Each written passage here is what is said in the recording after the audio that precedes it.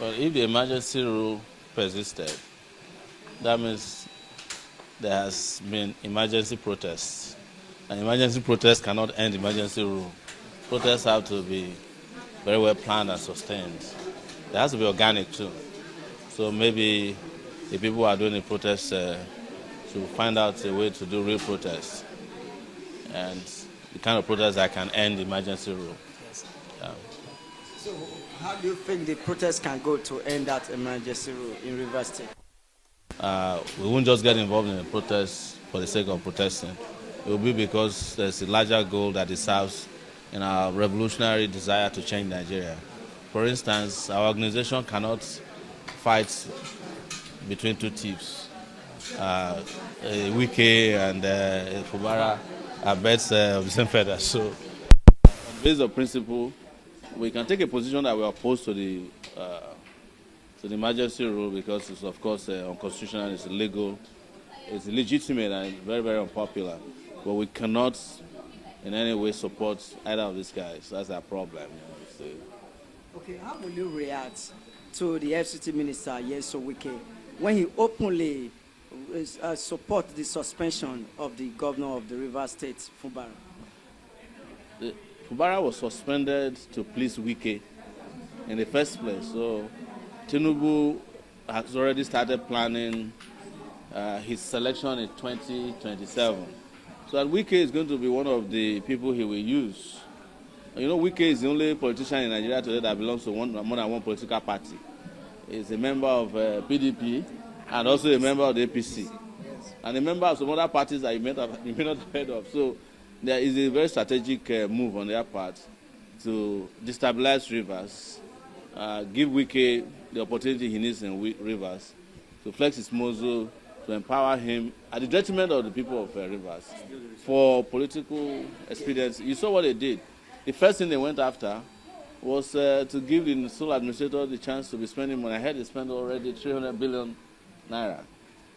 You can imagine the person who was elected or selected by the people had not been allowed to even present a budget. The man who was appointed by the president has already had access to a budget and is spending like water. The people of Rivers State have not tasted a drop of pure water since the sole administrator came. So, but our position, as you know, is that these distractions have to end. Nigerians have to unite and end this rubbish. This is what we have told Nigerians. The Tinubu regime came to bury Nigeria after Buhari killed it. And people are still playing along with them. I don't know what is wrong with Nigerians. We are not playing. That's why we are not engaging in all this side hanky-panky about protests. When we are ready and when Nigerians are ready, we are interested in a revolution. We have made that very clear. Because that's what can end this nonsense in our body politic. Is there any hope for the opposition in 2027? Not the kind of opposition where people like El-Rufai, no, those ones are not opposition. Those ones are coalitions of hungry people. So, and when the time comes, the moment they are offered what they want, they'll go back to where they came from. Yeah, so that's why you don't say, because the APC was a coalition. Did you forget? And that's still where they put us. And the people who are asking to form another coalition are former APC members. In fact, most of them are Buhari cabinet members who are supposed to be in prison. They are forming coalitions. Instead of, they should be in prison forming a union of prisoners. So what do you expect from that? So, yes. The insecurity is rearing its ugly head again. Yes. Having killings in parts of the country. But what solution would you prefer, or you prefer rather, to the federal government? I'm not in the business of advising any of these regimes.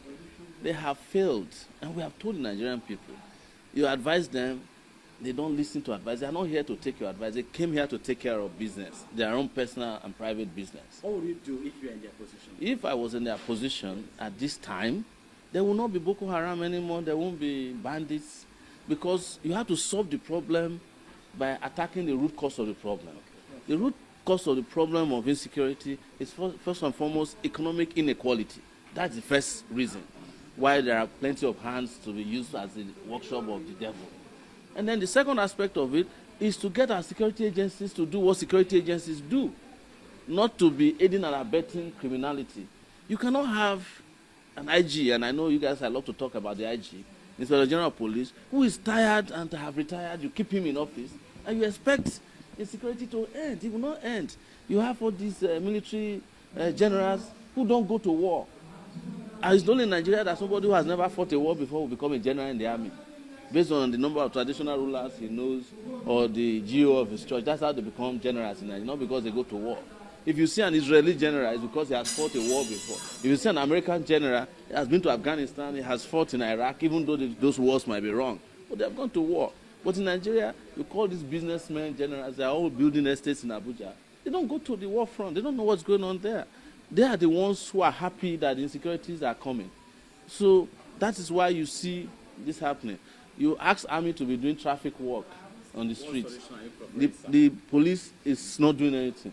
The solution we are profiling is for the Nigerian people, first and foremost, to choose the real leaders who should govern them. Because the legitimacy of the government is also very important. For instance, it is the Nigerian government that goes to the southeast to go and militarize it.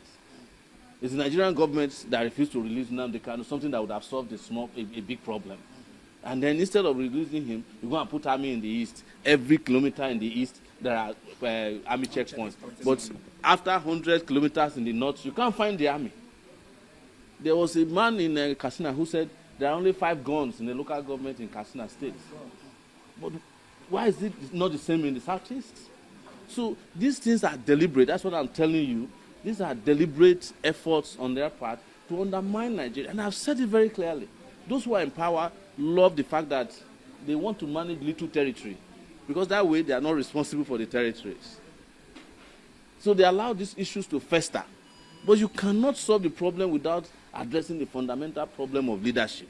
Leadership is key in every sector. And most importantly, legitimate leadership is important. When you don't vote for people and they lord themselves over you, you don't respect them. Yeah, yes, Yes, yes. yes. The president has been outside the country for the past 2 weeks. Are you putting to quiet? Are you comfortable with this situation? I am not one of the people that is quiet. You can direct that question to people who went to Bekubana's party. No, I am not quiet. I still did a protest in front of the police headquarters last Monday. Some of you were there. I'm not quiet. You can accuse some other people in the party here who are ordering Amala. I'm not quiet. No, cannot be quiet. And I can never be quiet. What implication is he having to countries that are present? What we have told you is that you have not started listening to us yet. The president being outside the country is a small problem. You understand? The president never told you he will be in the country because he never campaigned to be president of Nigeria. It was INEC that imposed him on you. You understand? We told you when he was coming to office that the man is sick. Nobody listened to us. They even sang a song, Baba is sick and he's falling apart.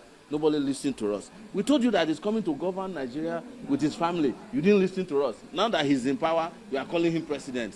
And now that he doesn't govern from Abuja, he's governing on WhatsApp. You are worried about it. Start listening to what we tell you so that when the problem comes, you not keep asking us the same question over and over again. Okay, Mr. Sowore, yes. I want you to call a spade a spade. Yes. Before Tinubu, there was Buhari. Yes. Regarding security, he promised that the issue be solved. Tinubu claimed the same thing, but the problem persists. How are we sure you will be different? I am different because I have prepared myself for over 35 years. 35 years. I have been fighting against insecurity, corruption. I'm one of the few people that fought for democracy in this country. And I have told you before that the people who claim to be governing Nigeria now never fought for democracy. I was the one who told you that Tinubu was selling drugs. In Chicago in 1993, when we were fighting for democracy with Abiola here in Nigeria, they were in bed with Abacha, but pretending that they were fighting for democracy under Nadeko. I have said this, I've granted this interview in several places. How do you know who is different? It's the person who has been consistent. It's a person with character. It's a person you can trust, who you can close your eyes and go to bed and you know that the person will not betray you. You understand? Are you getting my point? You know, I used to make a joke with a friend of mine. In the last election, there are 2 of us whose name existed in the Bible. One of them was Peter. My name is Stephen. One betrayed Jesus 3 times. The other one was stoned by charlatans. The charlatans in this country keep stoning their saviors. That's the problem. That's the biggest problem. So we have prepared ourselves to get the country out of the woods. But as long as you give charlatans the opportunity to run your country, then you keep asking the same question all over and over and over again. Are you getting my point? Yes. Thank you.